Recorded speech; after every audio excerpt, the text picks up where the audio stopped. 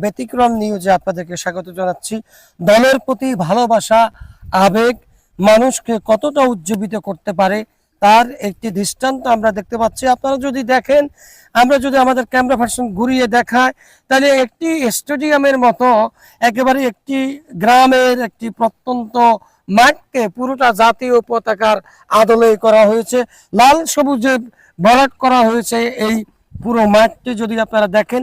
এবং লাল সবুজের এই মাঠটিতেই আজকে বিকেলেই অনুষ্ঠিত হবে এই টুর্নামেন্টের ফাইনাল খেলা। আমরা সরাসরি একটু কথা বলবো এই 10 নং চন্দ্রগঞ্জ ইউনিয়নের 5 নং ওয়ার্ড দেওপাড়া গ্রামে, যেটা জিয়ানগর নামে পরিচিত, এবং জিয়ানগর স্পোর্টিং ক্লাবের সভাপতির সাথে, যিনি এই ওয়ার্ড বিএনপিরও তিনি সভাপতি। এবং আমরা যদি দেখাই যে এই জিয়ানগর স্পোর্টিং ক্লাবের প্রতিষ্ঠাতা তিনি জনাব মনির ভাই, আমরা সত্য খবর 71 থেকে আপনার কাছে জানতে চাচ্ছি, এই যে আপনার ব্যতিক্রম আয়োজন, এই যে আপনার ভালোবাসা দলের প্রতি, চারিপাশে শহীদ জিয়া, তারেক জিয়া বা বেগম জিয়ার ছবি ব্যানারে জিয়ানগর, এই বিষয়টা একটু ক্লিয়ার করেন, আমরা একটু জানবো। আউযুবিল্লাহি মিনাশ শাইতানির রাজিম, বিসমিল্লাহির রহমানির রহিম। ধন্যবাদ সকল দর্শক শ্রোতাকে।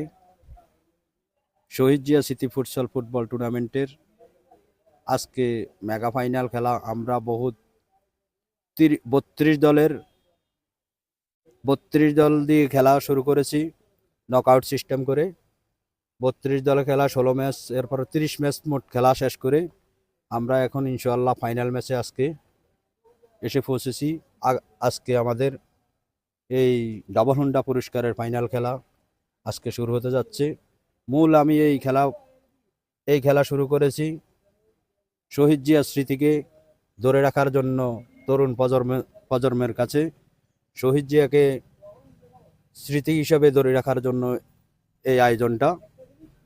তো এই যে ছোট ছোট তরুণ বাচ্চারা এখন এই খেলা দেখে তারা খুবই সন্তুষ্ট, এবং তারা প্রত্যেক দিন এসে তরুণ বাচ্চারা 2-4 হাজার বাচ্চারা খেলা দেখে। তারা মাদক থেকে দূরে থাকে, সন্ত্রাসী থেকে দূরে থাকবে, আগামীতে শিখবে, তারা ক্রীড়াকে ভালোবাসবে। আপনারা এই আয়োজন করতে গিয়ে আপনি সামাজিকভাবে কেমন সহযোগিতা পেয়েছেন? সামাজিকভাবে আমি মানসিকভাবে সবার সহযোগিতা পেয়েছি, তবে অর্থনৈতিকভাবে এতটা সহযোগিতা পাই নাই। রাজনৈতিকভাবে নেতারা আপনাকে কিরকম সহযোগিতা করেছে?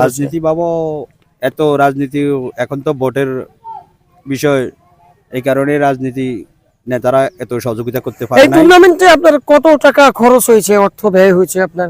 এই টুর্নামেন্টে আমার 13.5 লাখ 14 লাখ টাকার মতো খরচ।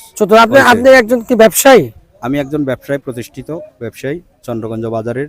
আমার জননী ফার্নিচার, জননী দরজা গ্যালারি, এবং কি আমাদের আবার বাইরের আবার জননী টিম্পার আছে।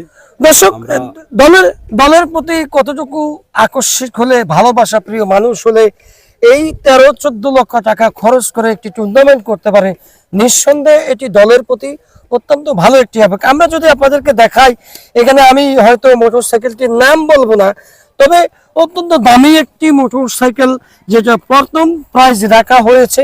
এরপরে আমরা যদি আরেকটা দেখাই, সেকেন্ড প্রাইজ এক সময় যে মডেল ছিল হিরো কোম্পানির, সেই হিরো কোম্পানির একটি সেকেন্ড প্রাইজ মোটরসাইকেল এখানে রাখা হয়েছে।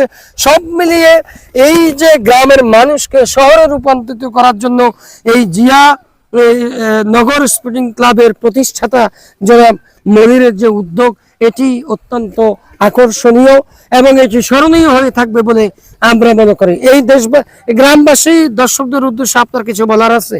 সকল দর্শক, এই 30 দিন, এই 30টা ম্যাচে, যত 30টা ম্যাচে খেলা দেখে সবাই মোটামুটি আমার উপরে অনেক সন্তুষ্ট হয়েছে যে আমি এই ধরনের একটা উদ্যোগ নেওয়াতে সবাই খুশি, এলাকাবাসী সবাই খুশি। ভবিষ্যতে করার কোনো পরিকল্পনা আছে আপনার? ইনশাআল্লাহ ভবিষ্যতে আরো সুন্দর আয়োজনে খেলা করার ইচ্ছা আছে। আজকে ফাইনাল ম্যাচে প্রধান অতিথি কে থাকবে? আজকে ফাইনাল ম্যাচে প্রধান অতিথি থাকছেন বাংলাদেশ ফুটবল ফেডারেশনের সহসভাপতি ওয়াহিদুদ্দিন চৌধুরী, হ্যাপি ভাই। জি দর্শক, ধন্যবাদ আমাদের সাথে সম্পৃক্ত হওয়ার জন্য। আজকেই এই প্রোগ্রামে প্রধান অতিথি থাকবেন বাংলাদেশ ফুটবল ফেডারেশনের সহসভাপতি লক্ষ্মীপুর কৃতি সন্তান এবং বিএনপির যুগ্ম মহাসচিব শহীদউদ্দিন চৌধুরী আনির বড় ভাই জনাব ওহিদুদ্দিন চৌধুরী হ্যাপি। বিকেল 3টায় এই টুর্নামেন্টের ফাইনাল খেলা আজকে অনুষ্ঠিত হবে। আপনারা সকলে আমন্ত্রিত থাকবেন এবং আমরা চাই যে গ্রামে মানুষকে একেবারে প্রাণবন্ত রাখতে এবং ছোট যারা রয়েছেন যারা মাদক থেকে দূরে রাখতে এই ধরনের উদ্যোগ গ্রহণ করা হোক এবং মনির ভাইয়ের কাছে অবশ্যই কৃতজ্ঞতা সকলের প্রকাশ করা উচিত এমন সুন্দর আয়োজন দিয়ে এলাকাবাসীকে উজ্জীবিত করার জন্য। তো দর্শক, আমরা আপনাদের থেকে বিদায় নিচ্ছি। এই লাল সবুজের মাঠে আজ বিকেল 3টায় ফাইনাল খেলা অনুষ্ঠিত হবে, সেটি দেখার আমন্ত্রণ জানিয়ে আমরা বিদায় নিচ্ছি। ধন্যবাদ সবাইকে।